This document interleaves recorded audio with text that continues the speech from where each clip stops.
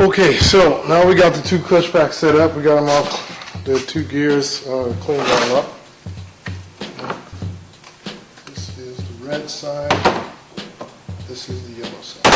The pack clearance for both. We got 5 thousandths preload on both sides, which I think is good. You don't want to go too thick, but this is a performance set. So, like I said, this is something that we want a little preload on, just because I know that this guy intends to dog it from time to time. So this is the yellow side, which is going to go down here, but I like to install the red side first. Red side meaning I usually mark it red and yellow. Red side for the gear side. So what I'll do is I'll turn it up like this. Okay. I turn it up like this to avoid the clutch packs from falling off the splines of the gear.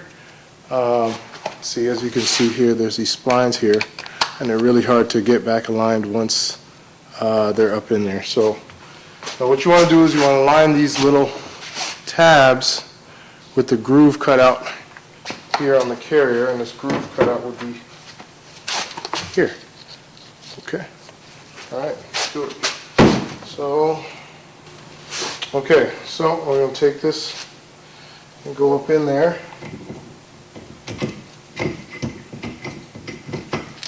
There, it's in there.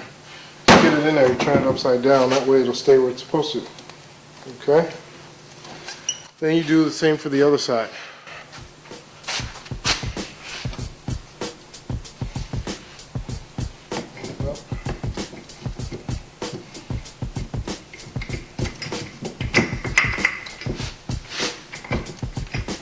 Okay, now that they're both in there, as you can see, they're both in there now. What you're going to want to do, you're going to take these spider gears here. These are spider gears, and they got a washer on them. You're going to post them opposite to each other, and then roll it in. Okay. So the way I like to make sure they're opposite, and then I just kind of roll it slowly in there. Make sure you don't lose those washers off in there, because it is like hell and high water to get them back out. Okay. Alright, you got your spider gears back in, which are here and here. These are your spider gears. Okay. Once you do that, I'll take the pin. This is the pin that holds them in place. Swipe it down a little bit. Alright, so we're going to make sure the pin is nice and clean. Make sure there's no burrs on it. It'll have a hard time going in and hanging up. You're going to see this hole right here. You've got to make sure that it lines up with the side with the hole, which would be this side on your carrier. See? This side on your carrier has a hole, so that's the side that your pin's going to go into. Okay? So we can actually do it right here. Okay? And look, boom, went right in. Okay? Once we get it in, you're going to take the screw, the set screw, which is this, and you'll just run it in a few threads, because we're going to have to take this back out anyway to do the to put in the axles, but we just don't want it jiggling all around. But you see, boom. But before we even do all that, I totally just forgot. Oh, we got an S-spring. Okay, so while we got these in here, the S-spring is designed to keep everything, tension on everything. Okay, so what you're going to do, like I said, I like to wipe down everything just to make sure there's no metal going in. I mark the sides with yellow to know which side goes which. The yellow side is the non-carrier side, or the wussy side, as I say. That's why I use yellow for yellow belly. You on the punk side. Yeah. All right. So I usually put it in the to get it started. I'll put it in the vise, crush it, hold it with the vise, a needle nose vise grip on the inside here. Get it started in there, and then hammer it the rest of the way. Okay, with much effort and much fighting, we have gotten the S-spring back in there. Whew, geez, that was a pain in the ass.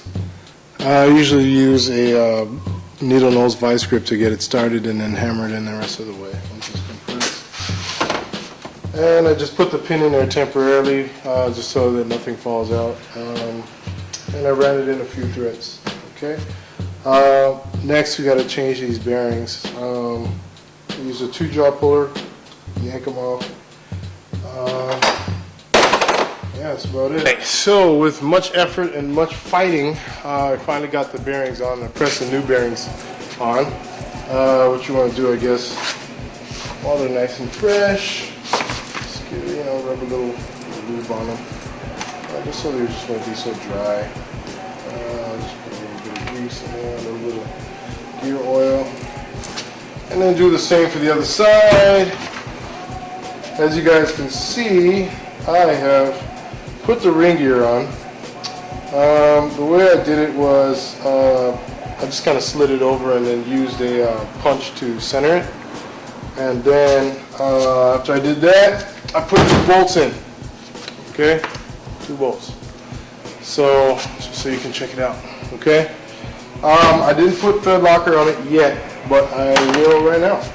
So what we're going to do is we put it in the vise, put thread locker on the rest of the bolts, and tighten them down to 77 foot-pounds, I remember. I got to check the spec. I think it's 77 foot-pounds or something like that, but always check your specs, guys, before you do this, because this is important. You don't want this to come loose on you in the car.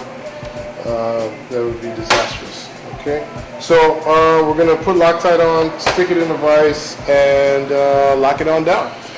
Okay, so since we last worked on things, we got the ring gear now attached permanently to the carrier. The bolts are 70 foot-pounds torque with thread locker. They say to use blue thread locker. And as for the pinion, and here's a lesson for everybody.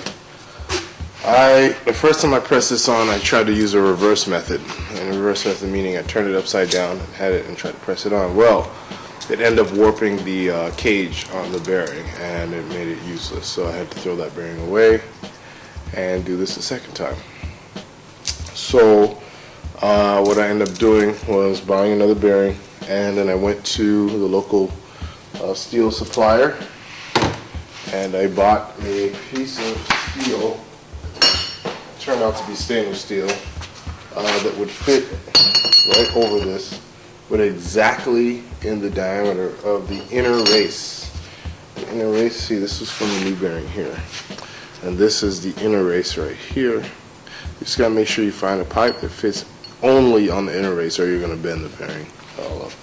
Okay, please excuse me, guys. It's very early in the morning, and I am tired. Okay, so we're going to start putting everything back into the housing now. We are going to try to see what's up with it and go from there.